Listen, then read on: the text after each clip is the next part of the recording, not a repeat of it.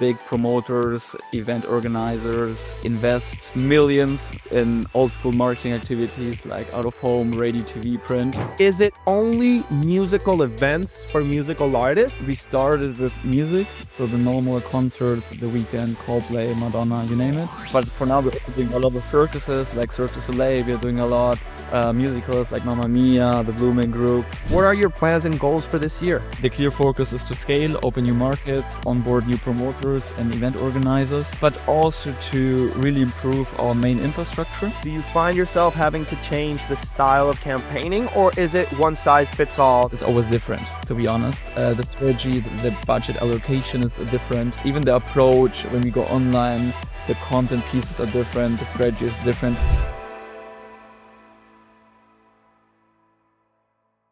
Hey everybody, thank you for tuning in. My name is Andres Figueira and I'm going to be your host for the day.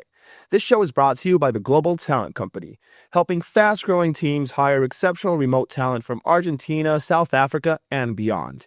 We connect companies with world-class professionals who bring skill, reliability, and a global perspective to every role. And just for our listeners, we're offering an exclusive 10% discount on your first hire. All you need to do is visit globaltalent.co, click Start Hiring, and mention the podcast listener discount when we reach out. And with me here today, I am speaking with Markus Hetzenegger, CEO and founder of NYBA Media, a company that brings precision and clarity to your ticket sales by harnessing their proprietary AI alongside performance-driven digital marketing. They pinpoint the ideal customer only when and where they're most likely to buy. And with that said, Markus, it's a pleasure to have you here, man. Welcome to the podcast. Thank you so much for having me. Great to be here. No problem at all, man. And just so that we can get the audience a bit more in context here, would you be able to give us a bit more info about your background, how you came to found NYBA, and what NYBA actually does in your own words? So, I grew up in Spain, so also speak Spanish. Yeah, I grew up in a small fisher village there. The first 6 years, then I moved back to Germany. And at the very beginning, it was really hard for me because I was not even able to write German. So I had a hard time at the German schools, and which was really hard. Then I figured out that I really want to achieve a little bit more than the average. So, back then I didn't know any entrepreneur, or I didn't know have any parents that came from money, so I did everything myself. I founded the company when I was 17, turning 18, and back then I had a friend in Frankfurt here promoting small events because I was really into digital marketing and I loved psychology and marketing in general. I read every book about it. And he asked me if I can help him promote his event, and he had a hard time selling tickets, a couple of hundred tickets for his event at the university.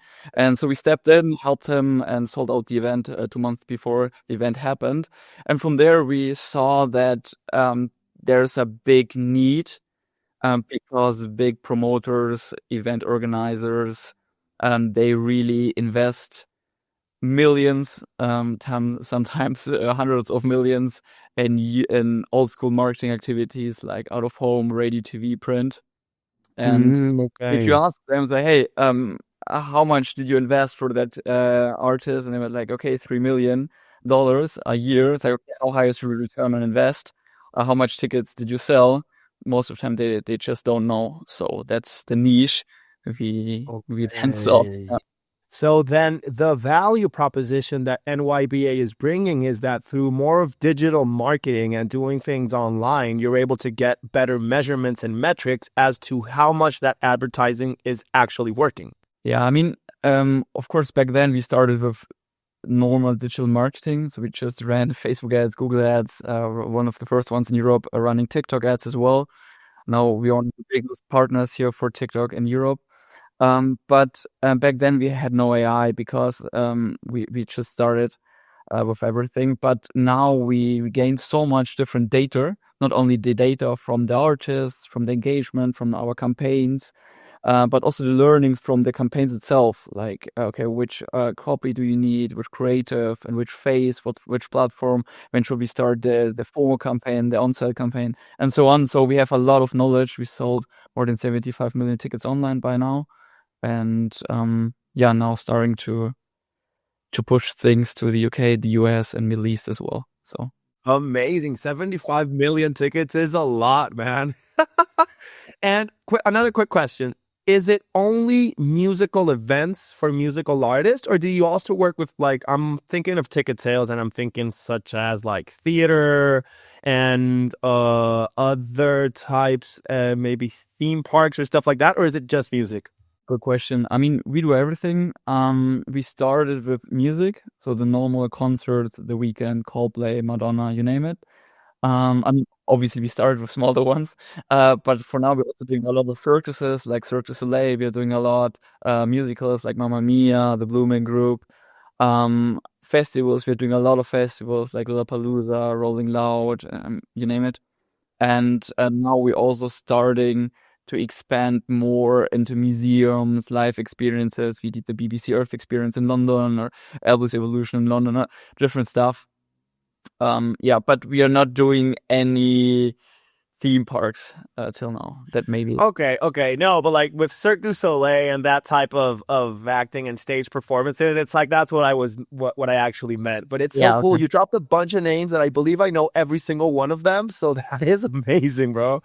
That was our time. And I mean, I'm doing this for over 12 years. We started with really small events, not earning any buck in the first years. So I mean, we also went through a lot. But now I'm really, really happy. I'm really grateful that we are where we are right now. And I think there's a lot of potential still. And now I also want to know, Marcus, is you mentioned that you started in Germany and you've been catering to Europe in general, but you're moving also to the Middle East and the States. Yeah. I mean, we're doing a lot of stuff here in Germany. I mean, here's our base. We have an office here in Frankfurt. I mean, that's the reason most of the events we are promoting are for Germany, Austria, and Switzerland. So this is one part. Now we also do a lot in Italy. So work with like Nation Italy as well, for example, and some promoters there. And also now we're starting in Spain, but slowly but steady. We're doing some events also in other parts of Europe, but the most important for us is Germany, Austria, Switzerland, Spain, Italy, and then the UK is also would say our third biggest market, and the USA is completely new for us. I mean, we have some events which we promote there, but we will start this year also advertising in the US more. I mean, we have a little bit of a problem with the time difference. That's a headache. And then is that was another question I had. So is NYBA a company that has a remote first working style, or do you have these different offices where you're asking people to be physically there? Yeah, I mean, we have an office in Germany, in Frankfurt, and we opened a small one in Dubai as well for the Middle East market. Because it's super interesting. I mean, Abu Dhabi, they have this mission 2030, so they want to get away from the oil and really push entertainment in general. So they're opening the theme parks, they're promoting the events, they're building the ecosystem, and there's a huge potential there. So we're already working on some case studies in Dubai and Abu Dhabi. I spent a lot of time last year in Dubai as well to set up everything. And yeah, I think there's great potential, but still worldwide, I think US is number one, UK is really important, Europe, and probably then the Middle East. Oh my God, you mentioned Dubai's plan and like that plan they have for 2030 and everything like that. And it just reminds me of Venezuela because I'm originally from Yeah. Venezuela. So I would love for us to also steer away from oil and then just bring tourism, events, and theme Okay, that's parks. a different topic. We can do another podcast out of that. That would be a whole other story. But Yeah. oh my goodness, that is the dream. And it's so cool that you are opening a base there in Dubai because it really is crazy. Yeah.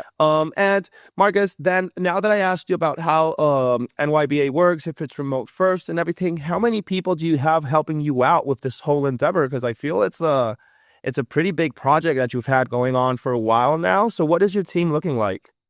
I mean, we don't focus on company size. We focus, and we does also not we do also not focus on revenue, but rather on profit. So we really like processes, structure, scalability. So we do everything before employing a new person. We have a small team just building the infrastructure for everything. So if you book a sales call with us, everything is fully automated, like the email, the reminder, the SMS, the WhatsApp message you get. Even if you decide to work with us, the onboarding process, the follow up, the reporting, like everything is fully automated and fully structured. That works amazingly well. I mean, you can do a lot nowadays using AI, N8N, HubSpot, all the tools. So there's insanely huge opportunity. I would say back then you would have needed like 200 people in order to do that. But Oh, for yeah. now, we can do a lot optimizing with processes, and the whole AI ecosystem really provides the right infrastructure. Yeah, which is amazing. No, Great time. I can only imagine, because that is something I hear so much with AI. It's that it's helping companies get leaner, more efficient, optimizing the time of the workers they already have, which takes away the fact that they need to hire more people to do more stuff, but rather the same people can do even more tasks now.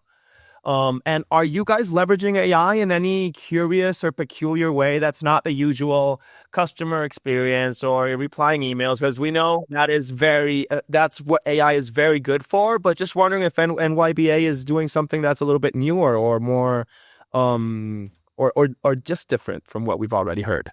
Yeah, I mean, the thing we do is we combine, as mentioned at the very beginning, we combine the data and the learnings from our campaigns, from the artist, the TikTok, from the promoter, and the learnings from the campaign and the different platforms and the creatives and the copy, the tracking, everything. We combine everything with our own AI.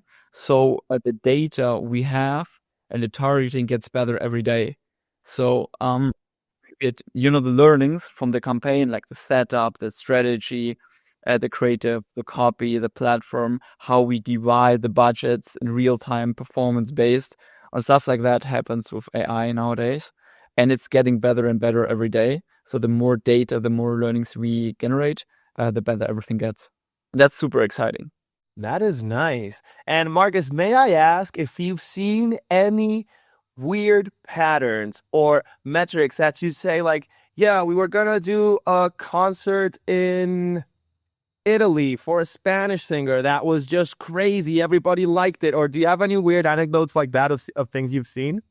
Generally speaking, the funny part is we had a hard or a long discussion to be able to run more campaigns on TikTok with our promoters. Especially, I mean, of course, they agreed to work. For example, we did campaigns for Billie Eilish on TikTok or artists like that, so young artists. But we had Okay. a hard time convincing the promoters to run something like Mamma Mia or Cirque du Soleil or other artists, or especially family related Mm, content on TikTok, because like, yeah, okay. TikTok is a super young platform. But then we discovered that the family entertainment, as we call it, is the best performing genre on TikTok. So everything for the mothers worked amazingly well. And even super niche topics like heavy metal or super dark metal is also performing really well on TikTok. And maybe something weird is that we tested. I mean, we love split testing. We test everything, and we had an ad, because normally, obviously, TikTok is a video based platform, as you know, Mm-hmm. and we always run social images on TikTok with music on it, so static images, and they perform amazing well. So because nobody does it, especially in retargeting, is images 9 to 16 formats work really, really well with the right sound. So cool, so cool. And okay, Marcus, then now I'd love to know, what is your priority as CEO and founder of NYBA, and what is NYBA's priority for the next 12 months? Like, now that we're right now ending January of 2026, what are your plans and goals for this year? I mean, this year clearly is our main mission for this year is to scale, to open new markets, now we also, back then we only worked with recommendations from other clients. Now we started advertising for ourselves as well. We run campaigns in America, in the UK, Middle East. You can see our ads, and that works amazingly well. So the clear focus is to scale, open new markets, onboard new promoters and event organizers. but also to really improve our main infrastructure, Okay. to build the right ecosystem for every employee, so they have less work, can focus more on the main skill, core skill. For me, I think it's sales, marketing, the right infrastructure, and the scalability I need to provide as a founder, and put the right people in the right spot, which is a really challenging one. I mean, you probably have the same challenge. Let's call it that way. No, of course, of course. And more so you as a CEO and founder, like I must understand that you have been handling a bit of everything for a long time now, and finding the proper person to delegate a certain task to is something that you need to be able to trust them and get that off your mind. Because if not, it's like not doing anything. It's just keep on reviewing their work and everything like that. Yeah. So I do imagine that expanding the team Not properly. that. It's really bad. No, exactly, exactly. And now that you mention it, Markus, do you have any example of how you are marketing your company per se? Because I understand how you work with the performers, the artists, the different events that you guys help help show around. But now, how are you able to market NYBA and what it does? What do you use as the hook to get more people to want your service? That's different because it's B2B, and for us, it's the sales process is quite long. So it's more about education and showing people case studies and on things we did on certain campaigns, and explain them how we did it, why we did it that way, and how we could probably do something similar for them.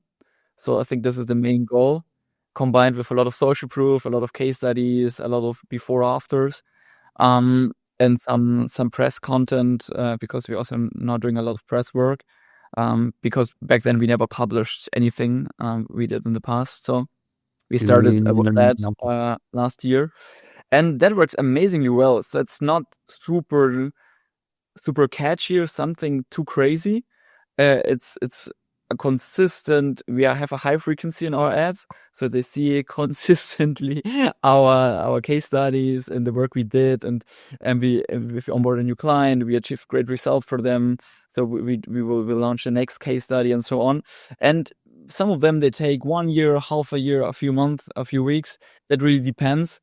But we have crazy sales cycles. I mean, some of our clients we work with, they need 1 year or maybe 1.5 years so to join. I mean, obviously those are huge promoters with hundreds or even 1,000 events per year, but yeah, this takes quite some time.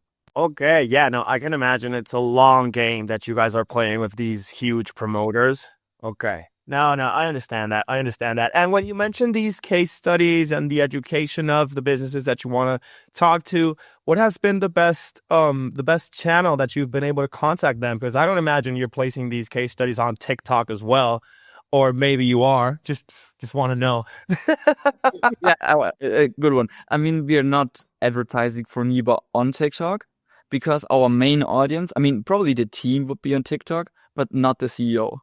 So in our research, the CEOs we work with, they have Facebook and Instagram, Google and YouTube, obviously, and LinkedIn. But that's it. So they do not yet use a TikTok. That might change. But we do outreach on LinkedIn. We publish a lot on LinkedIn. And we send them super narrow targeted emails. And obviously the basics like meta ads, especially retargeting, Google ads, YouTube ads. Yeah, but Meta works amazingly well. Meta with the right message, a good copy, generates a lot of leads. Markus, have you found the need to change your campaigning strategy when it comes to the artist and events you're helping to exhibit and to expose and to get more ticket sales? Do you have a different marketing approach when it's a global superstar such as Adele or a big project like Cirque du Soleil versus more emerging artists? Do you find yourself having to change the style of campaigning, or is it one size fits all, doesn't matter who it is? That really depends. Depends on the budget, on the amount of tickets that you want to sell, on the size, on the audience, on the fan base, and also not only in the fan base, but also is the artist relevant in the city or the country you want to advertise the artist in. There's a lot of things you need to keep in mind. Generally speaking, it's always different, to be honest. The strategy, the budget allocation is different. Even the approach when we go online, the content pieces are different, the strategy is different. And also budget is an important one. If you spend 100K a day for a campaign, you need a different setup than if you spend $500 on a campaign. So it actually depends then on the budget that the promoter or you guys are able to obtain from that artist in order to expose them. And also the goal, how much tickets you want to sell. So is it like a tour in whole Europe, is only one country, or maybe only one city with a couple of shows? How big is the venue? And Markus, I realize that we're almost at time here, but before I do close out the episode or anything like that, I did want to give you the space to let anybody in the audience who's hearing us, maybe they're a promoter of events, maybe it's an artist that wants to have a show and needs help with that. How would a company or a promoter or a business know if they're a proper fit with NYBA, and how would they go about finding out about you guys, contacting you, seeing if it's a proper fit? How would that work? I would ask myself, how much money do I spend per year in marketing in order to sell tickets? How high is the return? And if you don't know, let's schedule a call. And if it's below 5, that's also really bad, then we should also do a call. Otherwise, you can also always visit nyba.ai and schedule a call with our team or myself. So we then just can discuss the details and see if it's a fit or if not. So there's no commitment from any side, just a quick first chat. Okay, amazing. So anybody here who's listening and is interested in what NYBA is offering, we just heard Markus say it here first. So nyba.ai is where you could go online to schedule a first-time meeting and see if it's a proper fit without any requirements or any strings attached when the call is had. And with that said, Markus, thank you so much, man, for your time, for your insights, and for hopping on the show to tell us all about yourself and NYBA.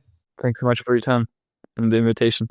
No problem at all, man. It's been a pleasure. And to anybody who's here listening to us still, we really appreciate you being with us on the podcast and coming over each time to learn about the different industries that we talk to and all the different personalities that we're learning about. So with that said, have a good one.